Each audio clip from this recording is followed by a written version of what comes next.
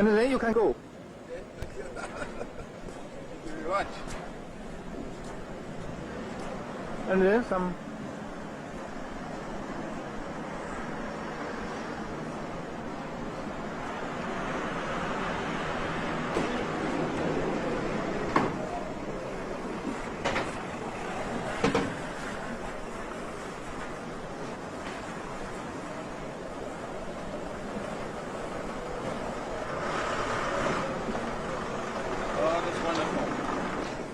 Let us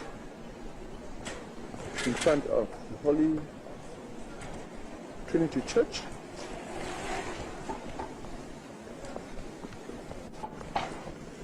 We are in Cambridge, and we're about to start another session this morning of the tripartite meeting.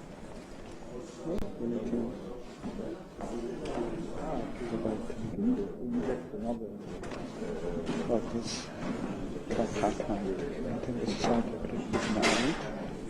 German, well, I want to welcome you to this symposium on the neuroanatomical basis of the emergence of behavior.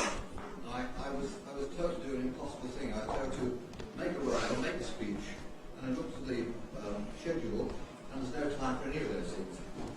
So I did think of looking at an absolutely wonderful book by Gothic, and the book is titled The Anatomy and the Problem of Behaviour. And I thought this would be a very simple way of introducing the symposium, because Gothic wrote, and I'm going to quote, "It seemed to me basic to a scientific study of behaviour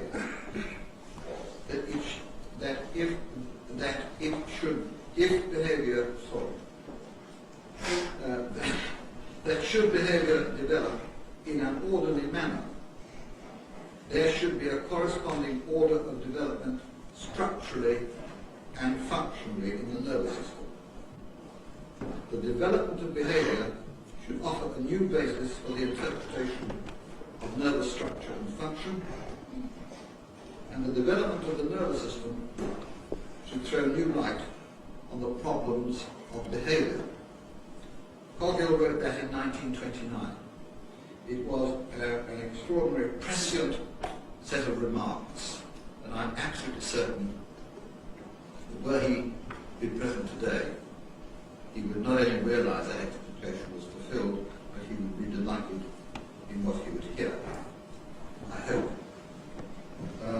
So may I then first introduce our first speaker, Michael O'Donovan from the National Institute of Health Bethesda, the genesis of spontaneous activity in the developing nervous system.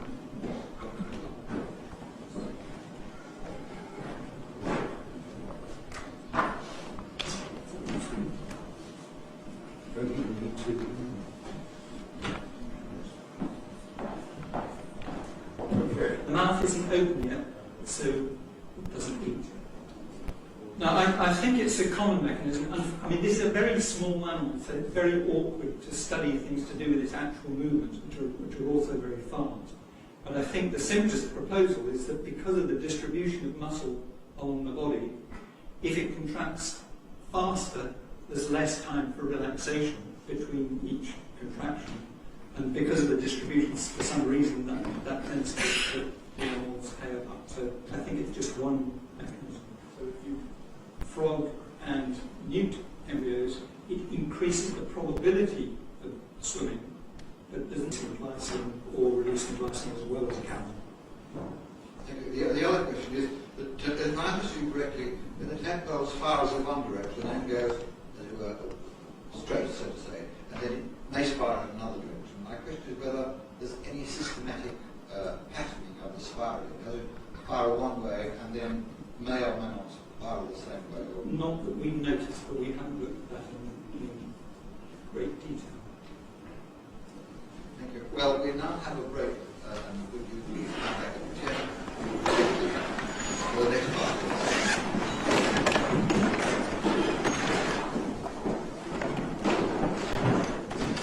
Oops. the deliberations for this afternoon. And this is the first courtyard of Christ's College, one of the many colleges that make up the University of Cambridge. And this is on St. Andrew's Street.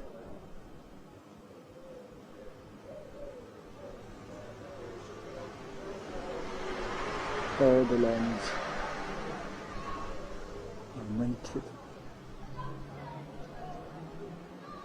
to a head's breadth.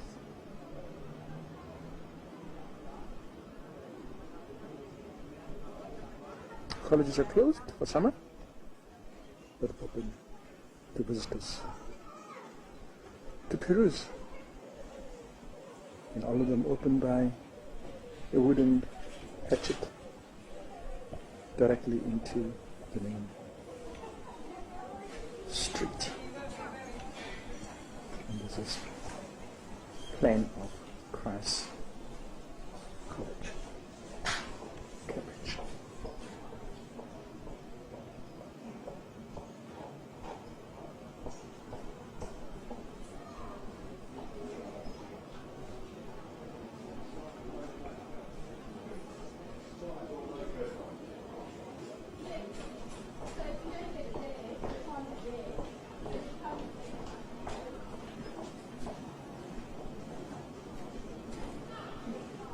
On the exit,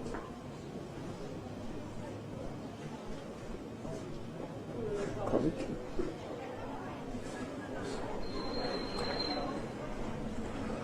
frontal portal,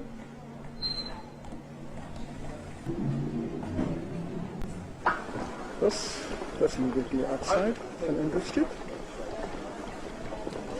developing the main entrance into Punts.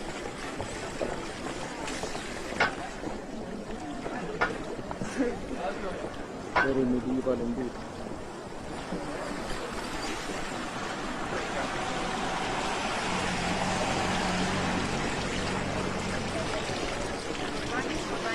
The main portal of the college, so it's closed, and the beginning of St. Andrew's Street.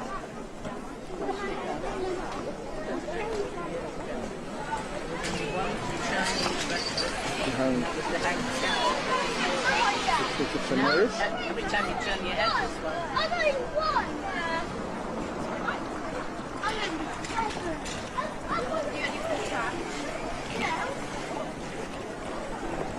It's an Andrew Street, that's St. John's College. And that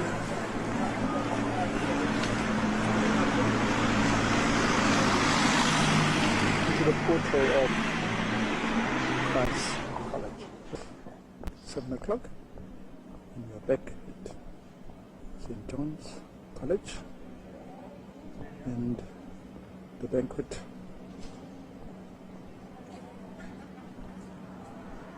about to begin.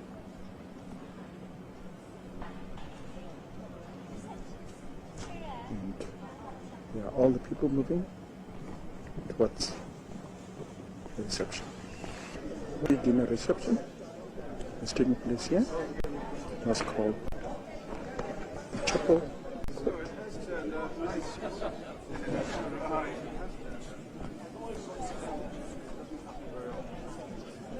There's a meeting of the Anatomical Society of Great Britain and Ireland and the counterparts from Germany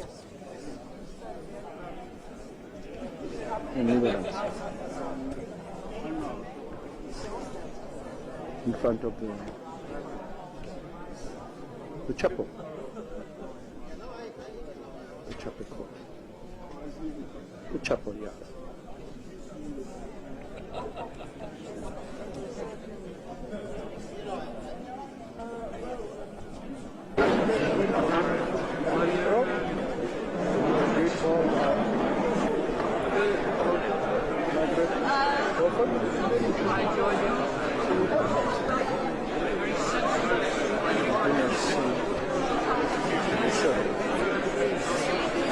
Gala.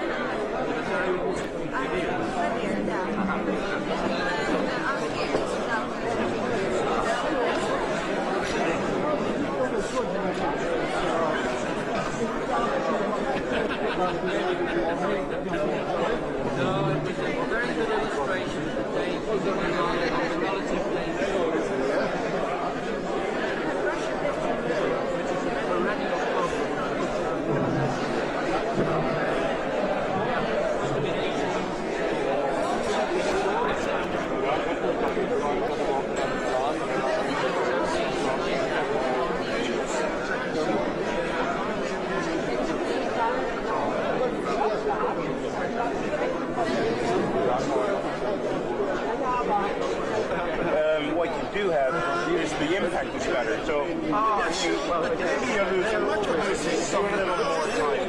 The impact is much better. So now you can at home tell I've seen her and so he's a boy out where it come from? Germany. She's a lady from Germany. Continues. Miriana, are you back? Are you back? You're back. Hank, are you also back? Hello. Are you back? And Matthias, huh? Hello, Matthias. I never left. Oh, you never left.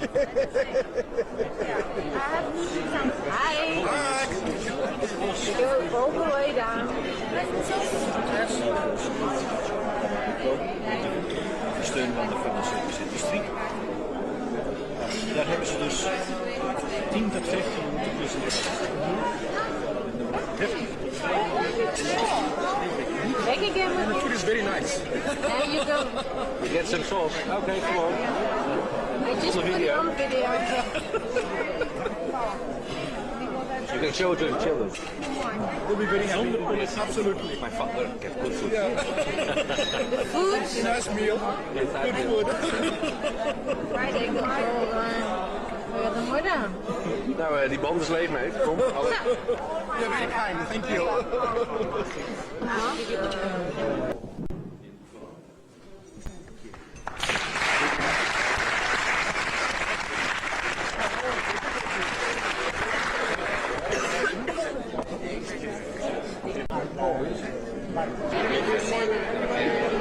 Well, Ghislaine, it's been a pleasure to meet you.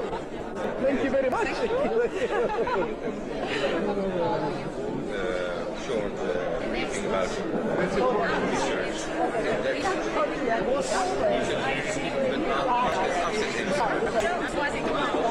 Almost over. So the beautiful view. Here at St. John's Palace.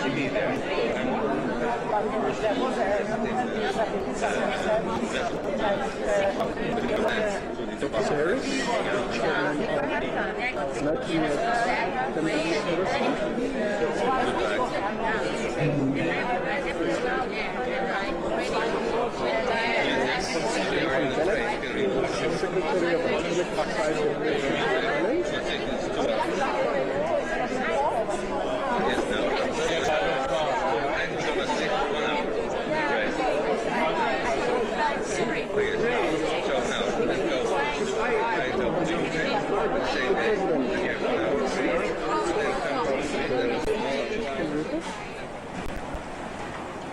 crosses between Silver and Bridge Streets. Most people do their own punting here.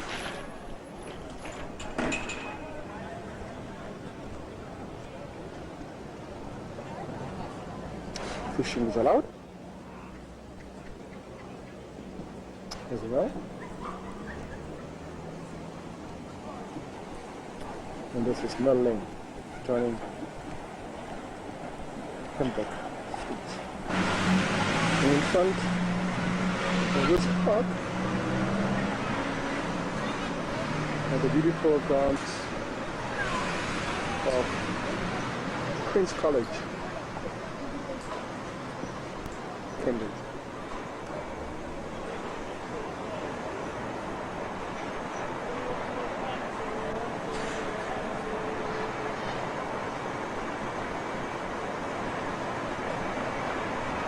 And adjacent to it is the main entrance.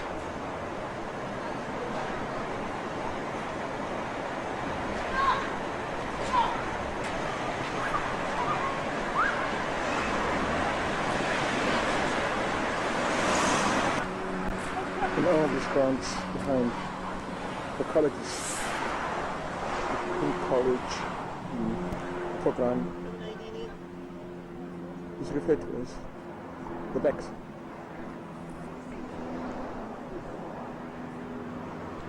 And the shallow waters of the camp passes through the colleges, and all this is referred to as the decks.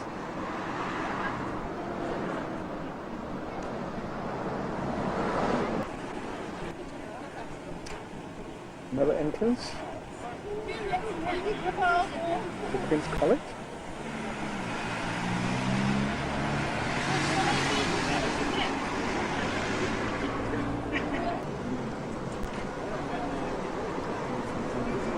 Entrance only to members of the college, the guests, and Cambridge residents. So it can be a private entrance.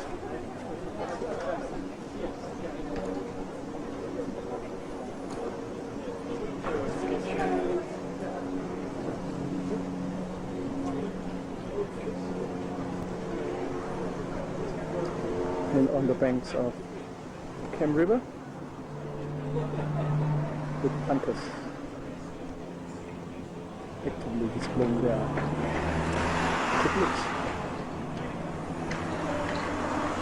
Behind the bridge across the Silver Street.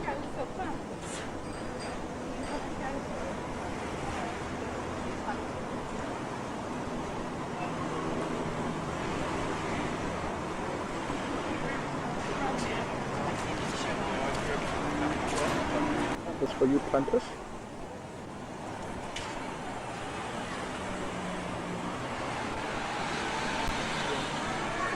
Thursday, 27th of July, last day in Cambridge.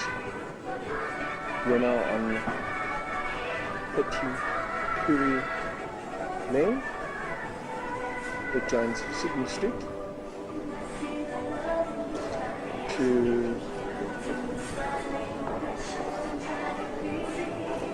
Guildhall Street, and behind is the chapel of King's College, Cambridge. One of the most beautiful chapels in England.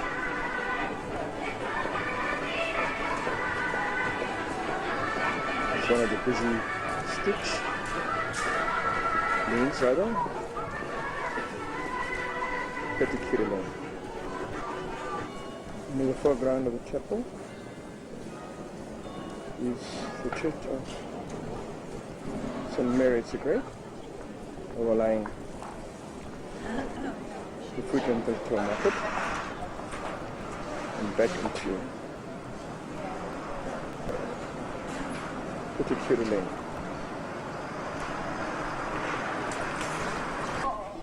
This is King Street. Overlooking behind Punts. The buildings that made up King's College, Cambridge. In front of me is that magnificent chapel, King's College Chapel. This is architecture.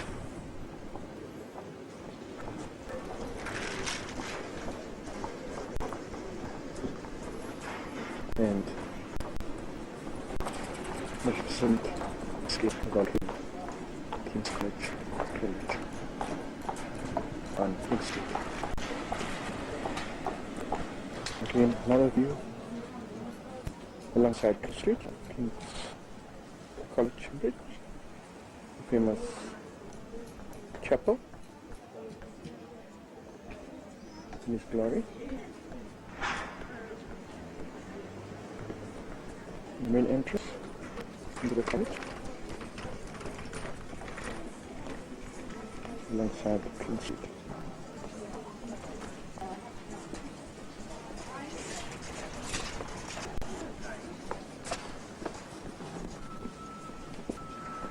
Entrance into the college. Just find out what the lights behind it.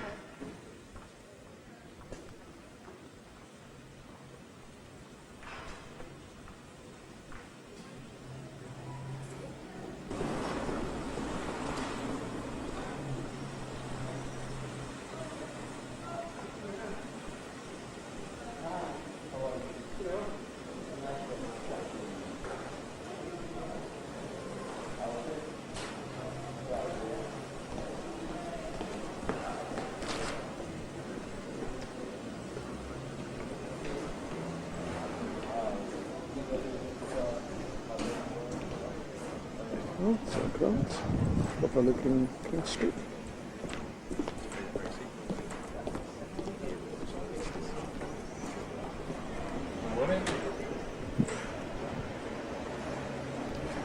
to King's College. Here alongside this great chapel.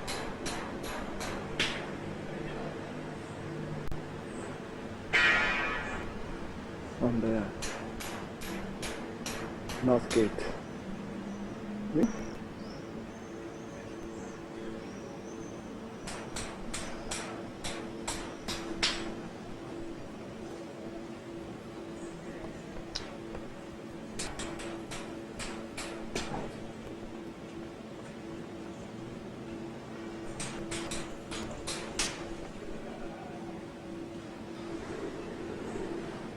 To the Punts.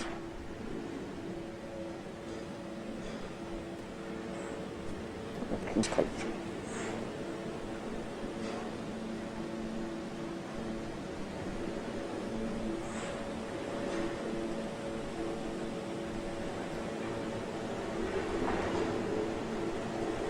All alongside chapel.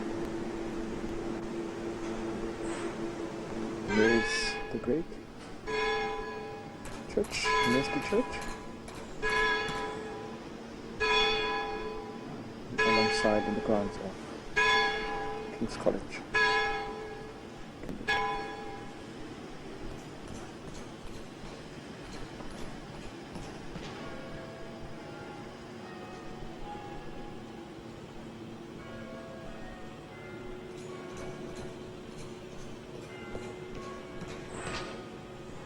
Again, view of the chapel, exterior.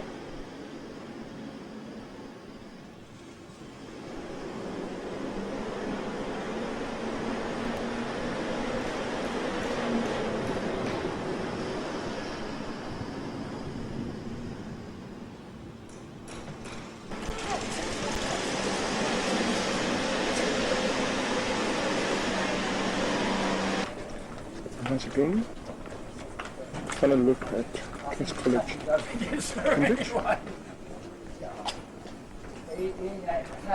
King's Chapel. Alongside King Street becomes Trinity Street, and behind is Trinity College. And facing the street is St. Mary the Great University Church.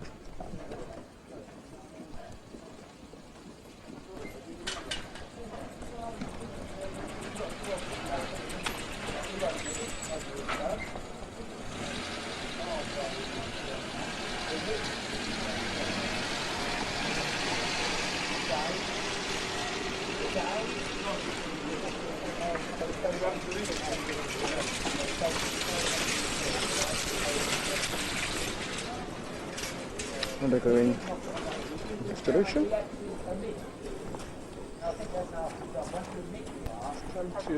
Time to get back to London.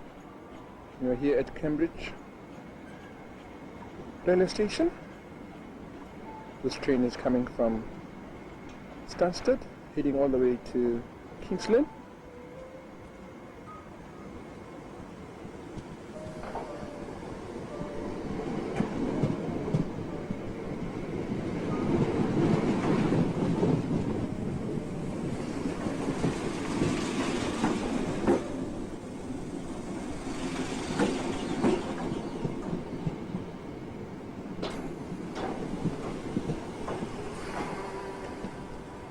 We shall be taking this non-stop train to London's King's Cross. Stevenage, Finsbury Park, and London King's Cross.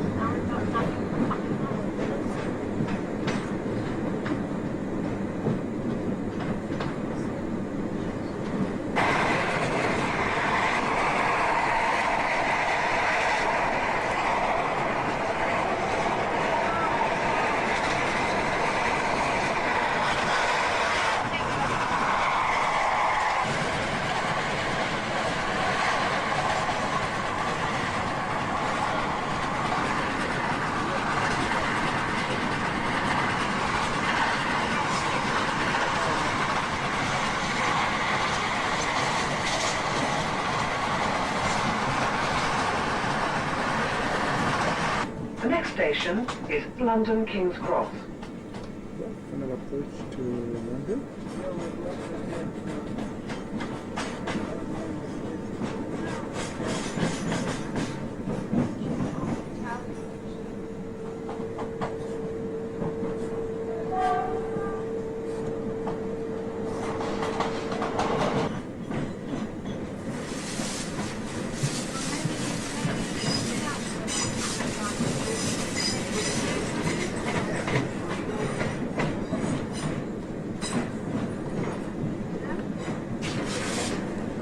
London King's Cross.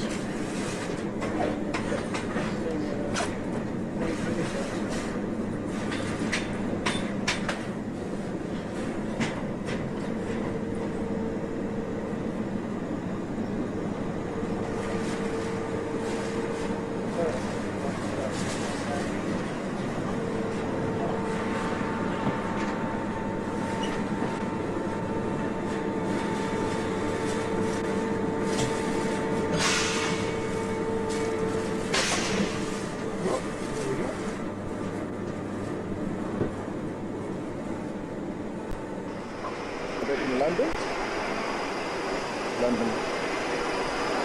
King's Cross, and we head our way to Putney.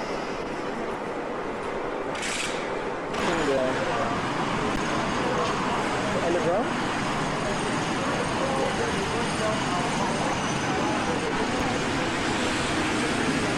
Putney Bridge.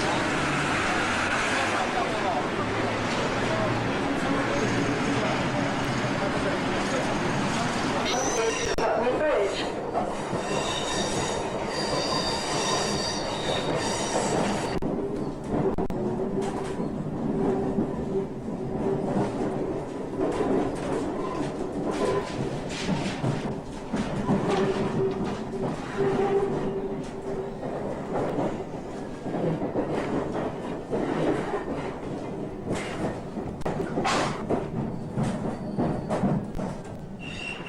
Here's my train. Here we're at. Putney Bridge.